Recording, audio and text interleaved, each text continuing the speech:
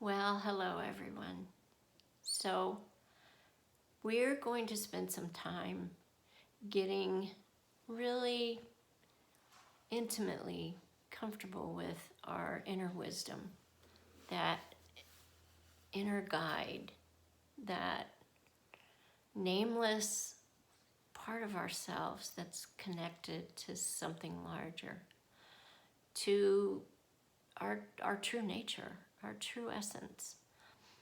You know, I used to teach a course called Wise Women, Women's Wisdom, something like that. And I was on the right track, but this isn't something that only women have access to. And it isn't a, you know, some people are gifted with it and others are not. Like, it's who we are and it's how we're made. It's how we're divinely engineered. We are all part of the same one life force that animates everything, that's infinitely filled with unlimited possibility and potential, and is innately, universally intelligent.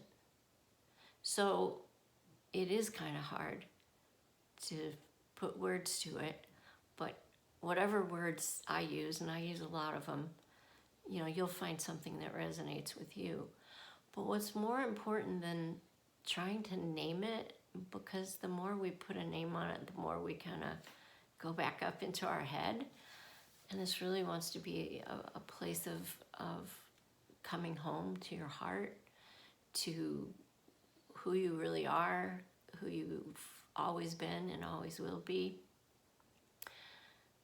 to find the answers that are right for you, to know the next steps. So whatever brought you to the exploration here in this course, this connection to, listening to, being as, living as this greater intelligence, this wisdom, some people call it God. It's super important that we develop an intimate relationship with that which we already are, and we learn to go to the source for answers to everything, absolutely everything. So, and more on that later, because I just recently saw something where I would look to my wisdom, you know, or to this universal intelligence for guidance or answers to certain things, but not other things, you know, like technical stuff. Well, yeah, like, I mean, I just need to hire a nerd to figure out what's wrong with my computer. Well, no, actually, the answer really is accessible to me. If I wanted to sit down and spend the time, there's a good chance that, you know, I could see something, figure something out by tapping into that source energy.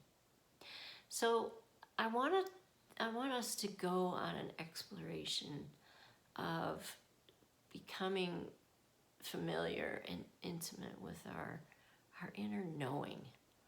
It may come to you as a voice. It may come to you as a feeling. For me, though, it can be any of those things, but there's always just this, I know. It's a yes, it's a no. The next step is obvious. Sometimes it feels like just, oh my gosh, as simple as common sense. Sometimes it feels really profound. But I want you to take some time to think about a time, perhaps, when you just knew. You knew the right step. You knew without a question of a doubt, you know, what the right decision for you was. So I want you to think back of a time, and I want you to connect with what it felt like and how you knew that you knew, if you can describe it.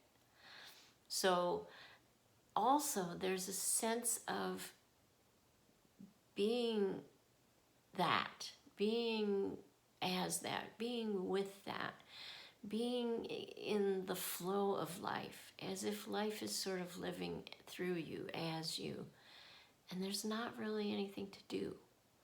There's a feeling and you may have some words, but I want to take some time, and I want you to take some time right now to think about, how do you know when you're really plugged in, you're aligned?